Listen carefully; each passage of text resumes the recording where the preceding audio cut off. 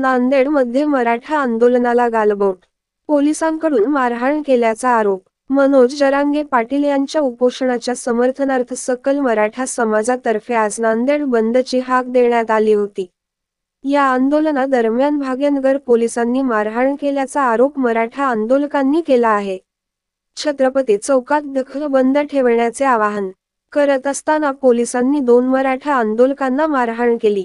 शिवाय वाहने देखील जप्त करण्यात आल्याचा आरोप करण्यात आला आहे। या मारहाणीनंतर मराठा आंदोलकांनी थेट जिल्हाधिकारी कार्यालय गाठत ठिय्या आंदोलन केले। पोलीस कर्मचाऱ्यावर कारवाई करण्याची मागणी मराठा आंदोलकांनी केली।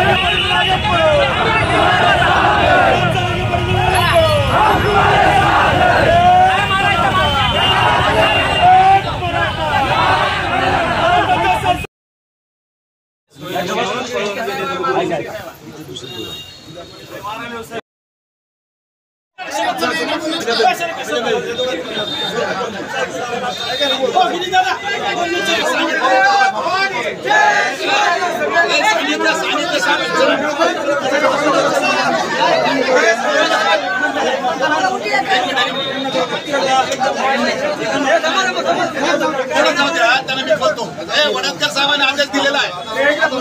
वडतकर साहेबांनी बोललेले आहेत।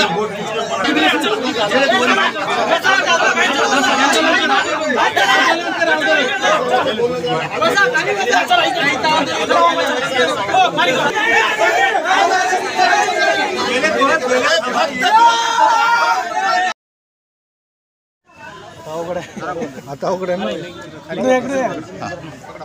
खालून पकडा असं या ना तुम्ही इकडून। नेमकी काय घटना झाली, तुम्ही कुठून येत होते, कुठे अडवलं पोलिसांनी? सर्वप्रथम सर्वांना जय शिवराय। मी एक मराठा सेवक आहे। काल एसपी साहेबांना मीटिंग लावून आम्हाला सर्वांना आवाहन करून सांगितलं होतं की तुमचा बंद शांततेत होऊ द्या। एकीकडे साहेबांना शांततेत बंद ठेवायचा आणि इकडे पोलीस प्रशासनाला लाठीचार्ज करायचा। ह्या गोष्टीचा सर्वप्रथम सर्व मराठा सेवकातर्फे मी जाहीर निषेध करतो। आणि सुरुवात अशी झाली की राज कॉर्नरपासून मोर्चाला सुरुवात होणार होती, पण तो स्टॉप केला आणि जवळच्या जवळ शिवाजी महाराजांच्या पुतळ्यापासून आपण ठरलं होतं। त्या परेडमध्ये काही छत्रपती चौकात आणि मोर चौकामध्ये काही दुकानं चालू होते। तर आमचे मराठा सेवक हात जोडून विनंती करत त्यांच्याकडे गेले की बाबा प्रतिष्ठानं बंद करा। काही लोक बंद करत होते, काही चालू होते।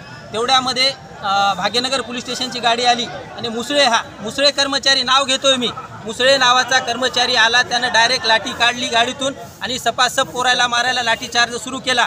नावानिशी बोलतोय, पुरावा पण आहे आमच्याकडे। किती जणांना मारहाण केली? जवळपास तिथं 6 ते 7 पोरांना 4 कर्मचाऱ्यांनी झोडपून काढलेला आहे। वळ उमटलेले तुम्ही फोटो सुद्धा बघू शकता।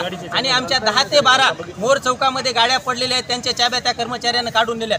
एकीकडे आमची मागणी एवढीच आहे की तो कर्मचारी निलंबित झाला पाहिजे। एसपी साहेबांना आम्हाला शांततेत आवाहन केलं होतं, शांततेचं आव्हान आम्ही पाळलेलं आहे। तुम्ही पत्रकाराच्या मार्फत बघू शकता। शकता की कुठेही मराठा समाजाची दादागिरी नाही, कुठंच काही नाही.